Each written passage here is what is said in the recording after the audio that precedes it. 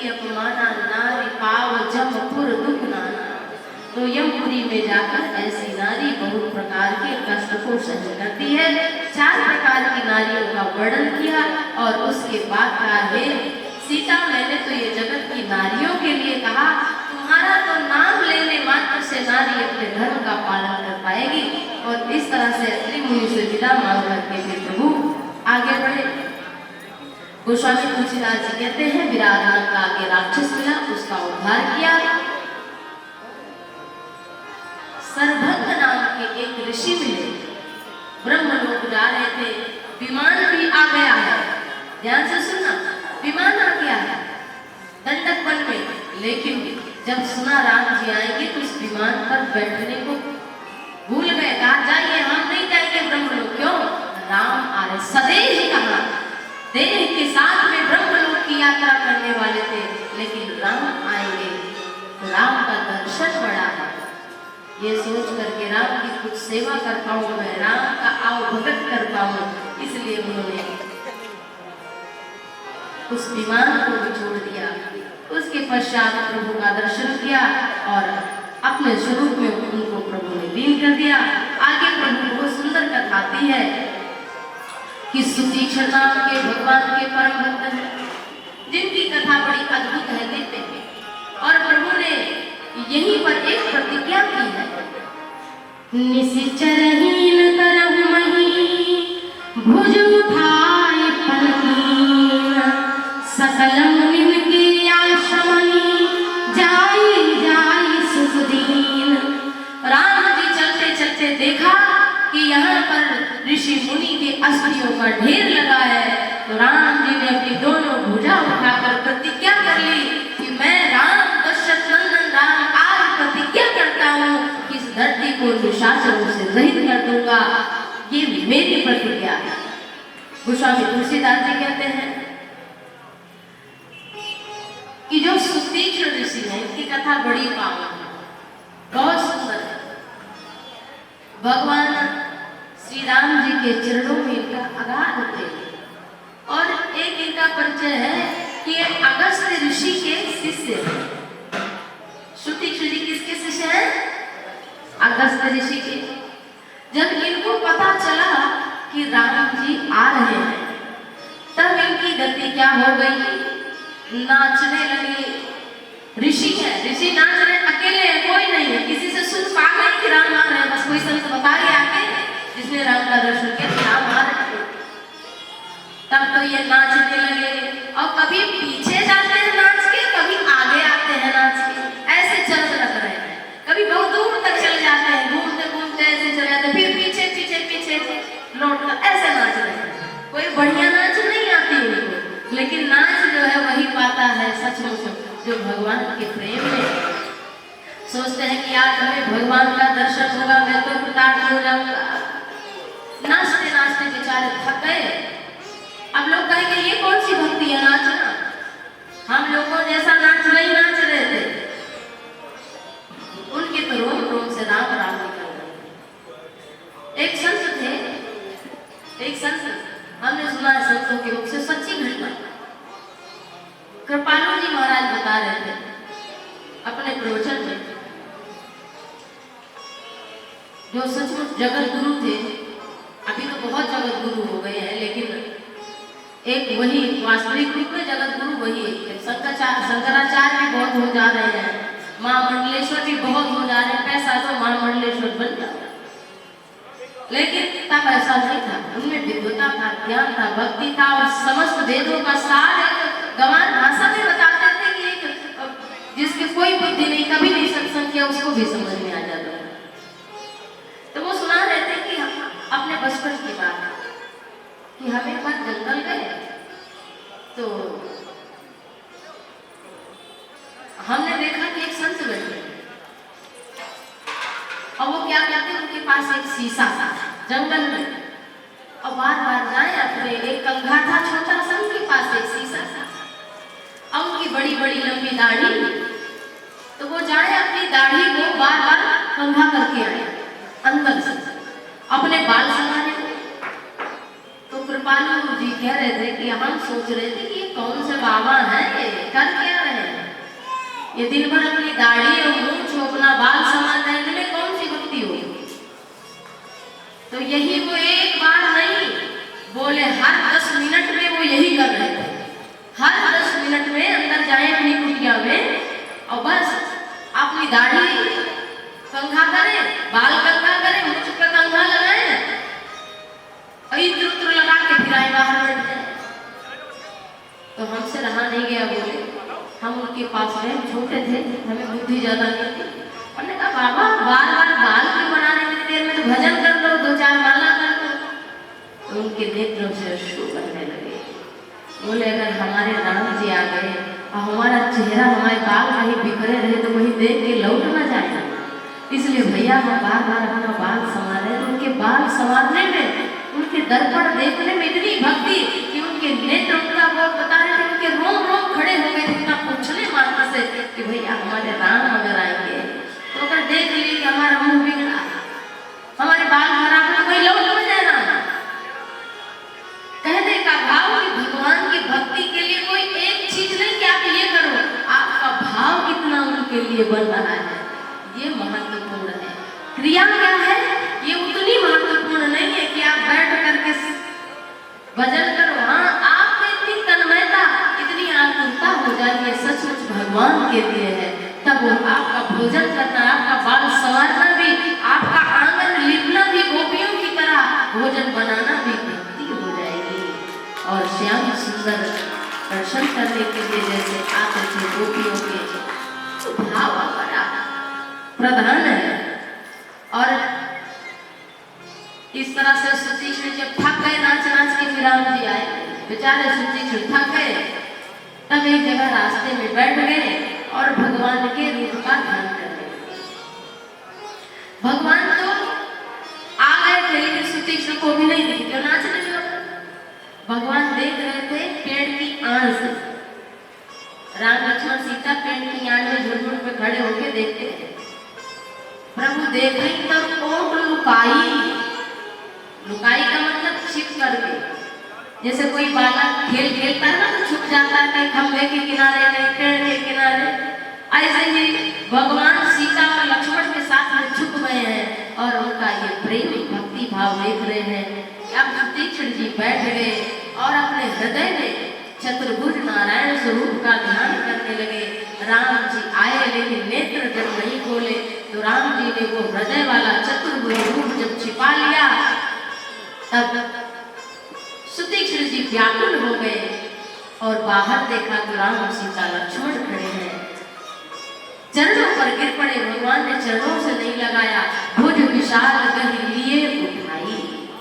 भगवान तो चरण में नहीं, वो तो अपने हृदय से हमको लगाना चाहते और हृदय से लगा लिया और बड़ा प्रेम किया। गोस्वामी तुलसीदास जी कहते हैं कि बड़ी सुंदर स्तुति गाई और भगवान ने कहा घर पर दो। कहा रे हम क्या मांगे, आपको जो ठीक लगे वही दे दीजिए। तो कहा कि वैसे तो अभिमान तो जीवन में बहुत बुरी चीज है, अभिमान से बुरी और कोई चीज नहीं। जो चीज हमारी नहीं हम उसी के लिए अभिमान कर रहे हैं, है कि नहीं। ये धन, ये परिवार, ये समाज, ये यश जो हमारा है नहीं, हमारा होगा नहीं, हम उसी पर अभिमान कर रहे हैं। यद्यपि ये हमारा है नहीं, जो कुछ भी है ये हमारा है नहीं, लेकिन जो नहीं है उसी के लिए अभिमान कर बैठे हैं। लेकिन ये अभिमान तो बुरा है, परंतु एक अभिमान बहुत अच्छा है। मैं सेवक रघुपति पति भोरे, अस अभिमान तजो जन भोरे। कहते हैं सुतीक्षण जी अभिमान करना तो बुरी बात है, लेकिन ये अभिमान कि राम जी हमारे स्वामी हैं, हम उनके सेवक हैं, ये अभिमान भीतर रहे, ये अच्छा अभिमान है, ये गुण में है। और उसके पश्चात अविरल भक्ति, ज्ञान, वैराग्य के विधान हो, इस प्रकार से प्रभु श्री सीताराम जी ने आशीर्वाद दिया। अब राम जी जब जा रहे आगे तो कहा नहीं प्रभु अब आपको आगे नहीं जाना, क्यों, अब हम ले चलेंगे। कहा हमारे गुरु जी के पास चले। इनके गुरु जी का नाम है अगस्त्य। अगस्त्य महामुनि के पास जाना है, लेकिन कहते हैं आप अपना जाओ, हम लेके चलेंगे। अच्छा बताइए कि भगवान का दर्शन गुरु कराता है कि शिष्य? आज तक तो कथा यही भगवान का दर्शन कराएंगे। लेकिन श्रुति जी ऐसे पहले महात्मा हैं जिन्होंने गुरु को राम जी का दर्शन कराया और जाकर बैठकर कहा कि आप जिनका रात दिन ध्यान करते हैं वो राम जी आ रहे हैं, गुरुदेव चलो राम जी आ रहे हैं, हम बुला कर ले आ रहे हैं राम जी को। कहा धन्य हो, धन्य हो, गुरु तो राम का दर्शन कराता है, लेकिन तू तो अति धन्य हो कि शिष्य ने आज गुरु तक राम को पहुंचा दिया। श्रुति छुट्टू धन्य हो। प्रभु पहुंचे हैं अगस्त मुनि के पास और देखो भरद्वाज मुनि से पूछा था कि नाथ कहो कि हम जाए, हे नाथ हम किस रास्ते से जाए? और वाल्मीकि से कहा कि पूछो मोई कि राम का मैं पूछक से पूछाऊं। उनसे पूछा कहाँ रहूं? वाल्मीकि रामायण से, अरे वाल्मीकि जी से। और अब अगस्त से पूछ रहे कि हमें वो मंत्र दो जिससे हम राक्षसों का वध कर सके। और ये राक्षस कौन है? हमारे भीतर के जो विकार हैं यही तो राक्षस है, और इनका वध करने के लिए तो हमें कोई संत बताएगा कि भैया राम जी की जो कथा है सत्संग है उसी के द्वारा भीतर बैठे हुए राक्षसों का संहार हो सकता है। और कहा आज आप कुछ मांग लीजिए। तो कहा अविरल भगति विरति सत्संगा चरण सरोरुह प्रीति अभंगा। क्या मांगा? अविरल भक्ति जो कभी समाप्त ना हो, वैराग्य मांगा, सत्संग मांगा, और कहा आप राम लक्ष्मण सीता सहित हमारे हृदय में निवास करें। प्रभु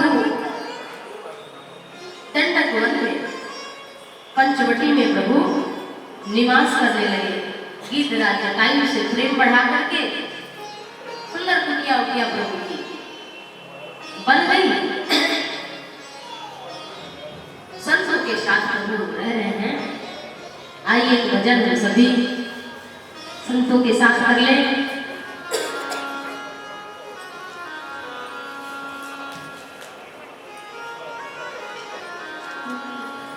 संतन के संग लाग रे,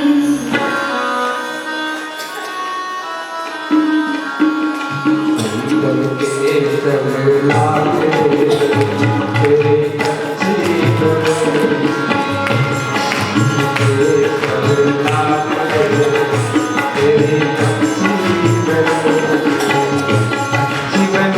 तेरे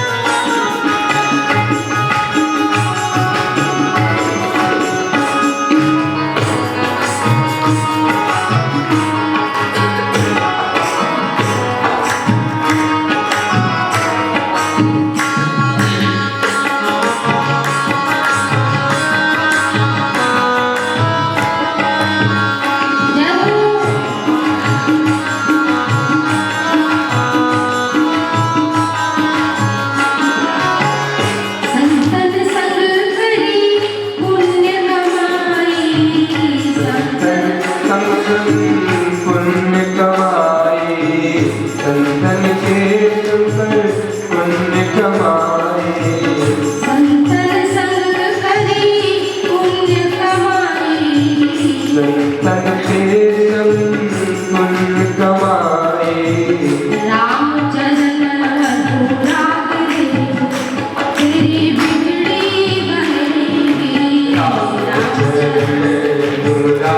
तेरी बिगड़ी बनेगी।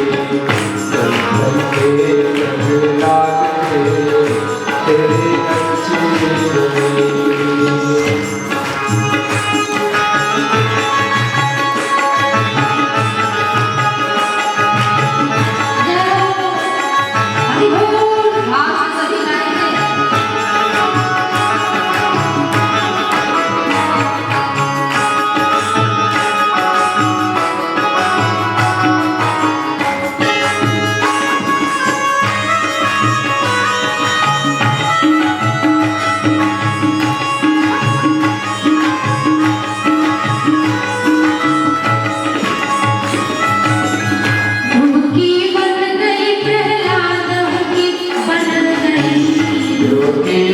गई प्रहलाद की बन गई, की बन गई प्रहलाद की बन गई, की बन गई प्रहलाद की बन गई। अभी सुमिरन से जाग रे तेरी अच्छी बनेगी। तेरी अच्छी बनेगी।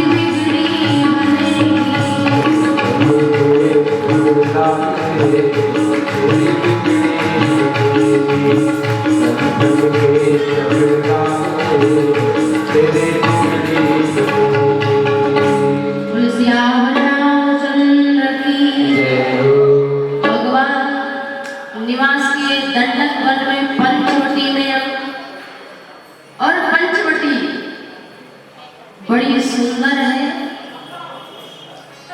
यह पंचवटी, ये शरीर ही है।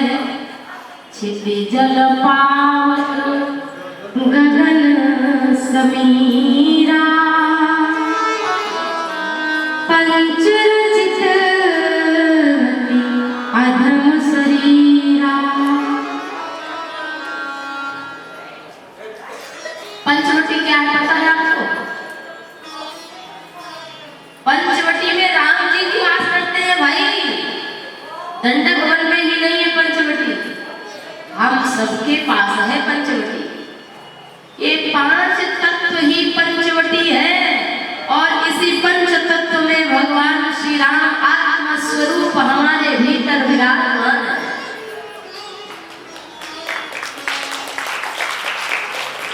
लेकिन जरा सोचो, पंचवटी में रहकर करना क्या चाहिए? पंचवटी में प्रभु निवास कर रहे हैं और कर क्या रहे हैं? एक बार प्रभु सुख आसीना, लक्ष्मण बचन कहे चलसीना। एक बार प्रभु सुख आसीना, लक्ष्मण बचन कहे चलसीना। सुर नर मुनि सचराचर साई, सुर नर मुनि सचराचर साई। मैं पूछूं प्रभु नंदी नाई, मैं पूछूं निज प्रभु की नाई। मोहि समझाई कहूँ सोई जेवा, कोई समझाई कहूँ सोई जेवा। सब सजी करन चरण रज सेवा। सब सजी करो चरण रज सेवा। सब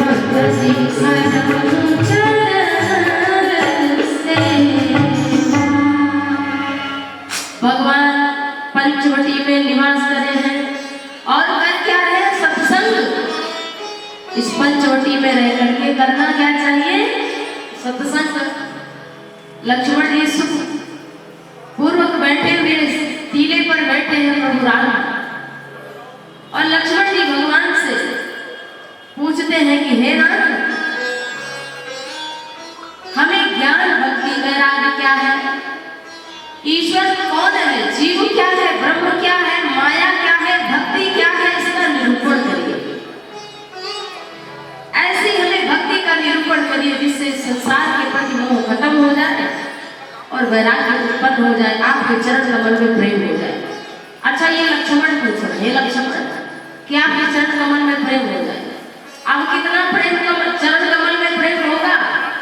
जो रात भर सो ही नहीं रहा है, लक्ष्मण जैसी सेवा राम की कोई नहीं कर सकता। सेवहि लगन सिय रघुबीर जिमि अभिवेकी पुरुष शरीर। लक्ष्मण जी राम सीता की सेवा वैसे करते हैं जैसे हम लोग शरीर की सेवा, हम लोग जैसे शरीर की सेवा करते हैं, ऐसे लक्ष्मण जी सीताराम जी की सेवा। मतलब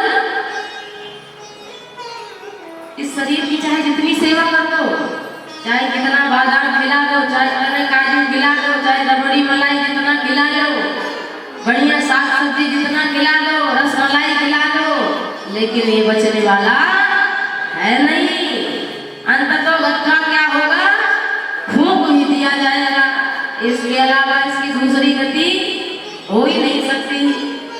तो जैसे हम लोग अविवेक की तरह करें, ये खाएं बीमारी नहीं होगी, वो ऐसा करें तो वो नहीं होगा, ये कर ले तो ये हो जाएगा, है कि नहीं हम लोग को बात। इसी प्रकार लक्ष्मण जी जिस प्रकार हम आप इस शरीर की सेवा कर रहे हैं, लक्ष्मण जी ऐसे ही सेवा सीताराम की। इतना प्रेम राम जी के चरणों में, लेकिन कहते हैं प्रभु हमें बताइए कैसे प्रेम बढ़े। अब बताओ, सारी सीमा ही समाप्त, फिर भी पूछ रहे हम जैसे कई काल के लोगों के लिए भगवान ने ज्ञान भक्ति वैराग्य ब्रह्म जीव का निरूपण किया। सत्संग बीता भी था, थोड़ा समय बीता, बस कौन आ गई? सुख न खारावण कई बहिनी, सुख न खारावण कई बहिनी, दुष्ट हृदय दारुण जसहीनी, दुष्ट हृदय दारुण जसहीनी, दुष्ट हृदय दारुण जसहीनी। पंचवटी सो गई एक बारा, पंचवटी सो गई एक बारा, देखी जुगल देखी विकल भई जुगल तुम्हारा, देखी विकल भई जुगल तुम्हारा, रुचिर रूप हरि प्रभु बहि जाई, रूप हरि प्रभु बहि जाई, बोले वचन बहुत मुस्काई, बोले वचन बहुत मुस्काई, तुम सब गुरु सर्वो समनाई, तुम सब पुरुष नमो समनाई, यहाँ संजोग विधि रचा विचारी, यह संयोग विधि रचा विचारी, यहाँ संजोग विधि रचा विचारी, संयोग विधि रचा विचारी, यहाँ संजोग विधि रचा विचारी। यह संयोग विधि रचा विचारी।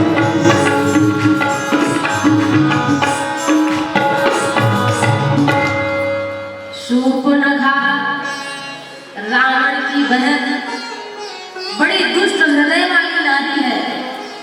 जहाँ श्री सीताराम लक्ष्मण विराजमान है उसी पंचवटी में गई, लेकिन कैसे बहुत सुंदर रूप बनाकर, जो रूप है वो लेके नहीं गई, रुचिर रूप धारी प्रभु बहि जाई, बहुत सुंदर रूप बना लिया, ऊपर से लीपा पोती कर ली, जो थी वो नहीं दिख रही है।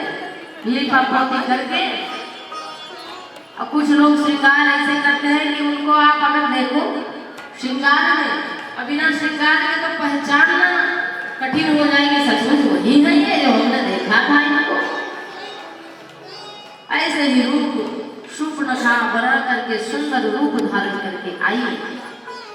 अब बहुत मुस्कुराई राम जी के, थोड़ा नहीं बोली वचन बहुत मुस्कुराई, बड़ा प्रेम दिखा रही है।